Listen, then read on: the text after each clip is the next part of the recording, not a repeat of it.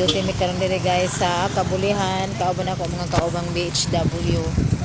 Ay gipa-duty mi diri ni kapitan kay kuan. First time diri mi gi-held sana RCPC. Diri. Kami diri sa kabulihan. Yamat ko dito. Ako raman usara din mi balik ko. Tulod. Hulog wifi. Dito magkukunito diretso wala pa man ko sila din nilusok ko nga rin. Ganingong dito maglakaw sila. Dara si Ate Janet. Si Ate Arnie. Asa si Ate Jingjing.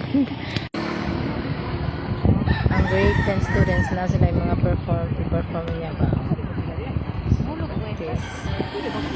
Queen gate sila. Grab sana mo ko. Tapos sila Queen Gate. Grade 10. Ani pataas ang tamuling ko na pita. Ako karang pa ko na hapon na. Kanto sa ibaba ta? Kaya wala pa man kay tao dito. Ano na magto na may tao oh.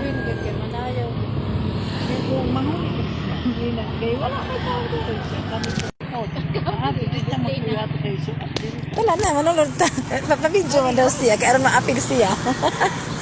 Pananta, kulang na lang nato. Panta, duha. Duha na lang. Okay, Ate Daki na lang kulang. Og kisi kulang pa nato. Si Ate Gina, og na pasiritlet. Kulang. Pahatod ka?